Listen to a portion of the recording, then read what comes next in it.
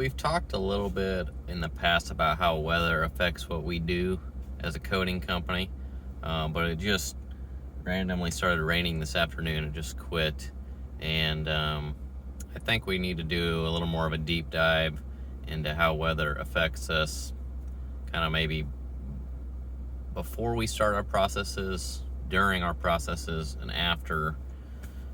And after kind of includes while it's still at Kaiser, but then when it gets out to the customer's location. So just to dive right in, what happened today affected a lot of different areas. So the one thing is we had parts that were getting delivered today that were just pre-treat and powder coat only, which means that we're not going to blast them. So we don't want them to sit outside and get wet and get rusty.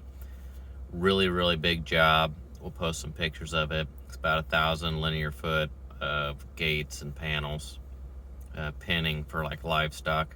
It's really heavy stuff. It takes up a lot of space.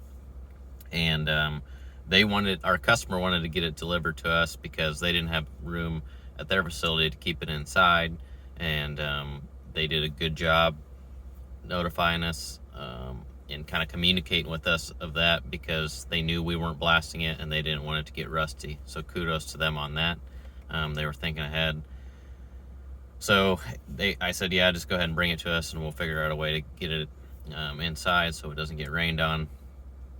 I didn't think it was going to be that big a deal today because the sun was shining all day long. I didn't realize that there was some thunderstorms that kind of formed, and pretty much right as it got dropped off, it was really clouding up. So really big stuff. We had to hurry and get that inside. Chauncey did a good job with that. I got it inside before it started raining, so that was great.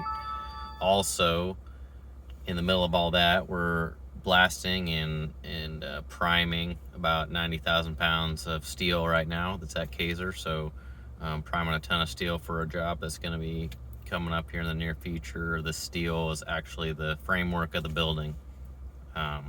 So that's what's going to be going up first at the job. So these beams are about 30 foot long.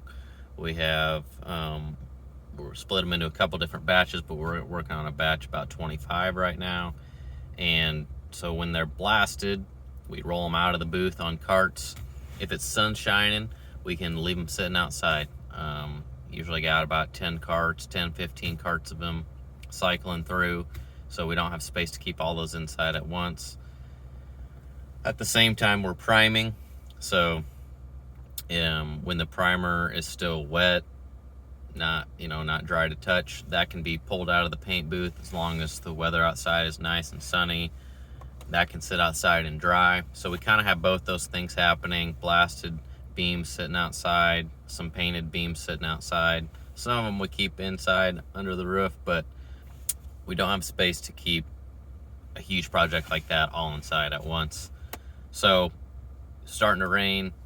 Stan needed to move a cart of his beams out of the blast booth. It wasn't raining too bad yet, so he could move them, but he knew he couldn't leave them sitting outside.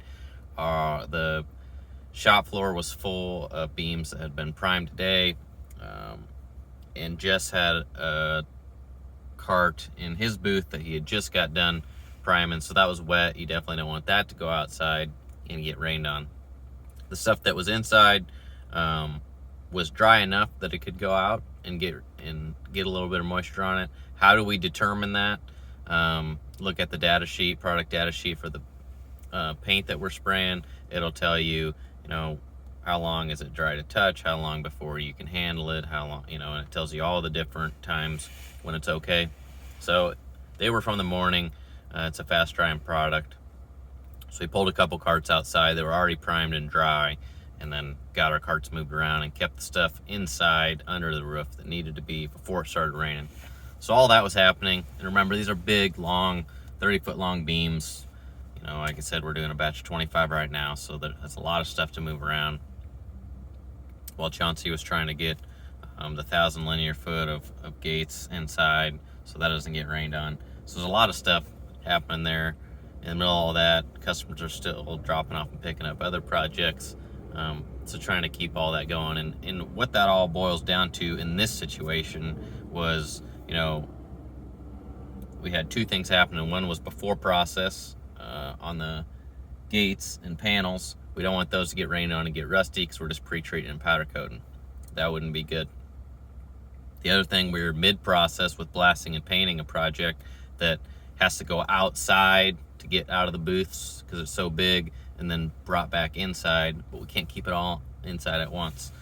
So the weather really affects us, especially in process when we're blasting and painting really large projects. Powder coatings kind of stays all under one roof.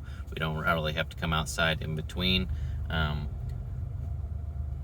Mostly because the shop's just set up a little bit differently, but also we're not doing, our oven's only 30 foot long. We're usually not powder coating multiple 30 foot long pieces at once, so I think the parts are a little bit smaller that are flowing through the powder coating shop. So that touches on like before process and during process.